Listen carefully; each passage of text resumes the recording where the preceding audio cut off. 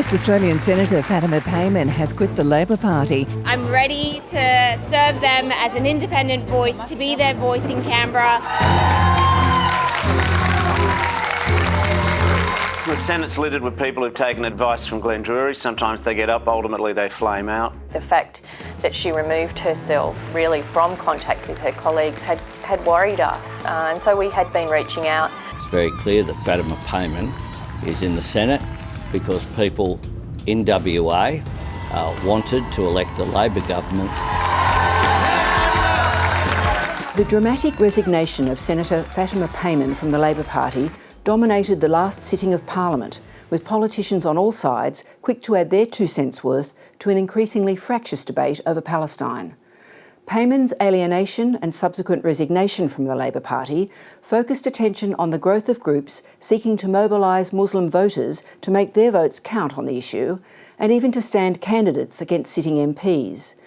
But it also provoked a renewed debate on Labor's caucus rules and the views of party members about Palestine. Overwhelmingly, I would argue that the rank and file of the Labour Party would like to see the National Conference policy implemented, and that is recognition of Palestine, not hiding behind some argument that you have to have a peace settlement before you can recognise Palestine. Former Union leader, Senator for New South Wales, and now rank-and-file Labor member, Doug Cameron, has had plenty of chances over the years and from different perspectives to view the Labor caucus and its role in both taking the message of the rank-and-file to the government and being a forum for robust debate. The other big change that I've seen is that caucus was much more robust many years ago. There was more voices of difference. And I don't see different voices being a weakness. I see that as a strength. I mean, why are we tearing the party apart on the issue of recognition of Palestine when the majority of countries in the UN recognise the right of Palestine to be a state? It's a particular issue within Young Labor. I think young people, and especially young engaged members of the Labor Party, are really horrified by what they're seeing in Gaza over these last 9 months. The main things that Young Labor has been calling for is immediate recognition of Palestinian statehood in line with the national platform of the party, and also the end of military cooperation with the Israeli government. We want the killings to stop. The Payman controversy, beyond a passionate debate on Palestine, has focused attention on the so-called pledge that caucus members must make. The Solidarity Pledge goes back to the very earliest years of the Labor Party. It's adopted really at the first meeting of the New South Wales Labor Party. It's quite a struggle in the early years to get MPs to actually accept it. Historian Frank Bongiorno says the pledge reflected a different sense of collective to the one that applies today. Well, when Labor came into Parliament, it came in with a really distinctive take on democracy. And this was the idea: you weren't just responsible to your constituents in your electorate, you were responsible to the broader Labor movement. And the machinery of caucus and pledge was really designed to enforce that. The question now is whether there is room for more differentiation on obligations to solidarity. For example, a greater ability to have conscience votes, and whether matters like a motion in the Senate, like the Greens' motion on Palestine, which Senator Payman supported, as opposed to legislation, should be something where individual members of caucus have more rights to vote individually. Well, in the House of Commons, there's a differentiation that's laid down by the whip about, whether it is a matter where everyone is expected to vote the same way or whether there is room for more flexibility. I support the issue of caucus solidarity. We need to get some flexibility in that process. For instance, the issues that came up recently about recognition of Palestine in the Senate was really meaningless in the overall concept of things. It didn't make any difference. And I don't see why someone can't, in those circumstances, have what they think is the right thing to do. We have in the Labor Party a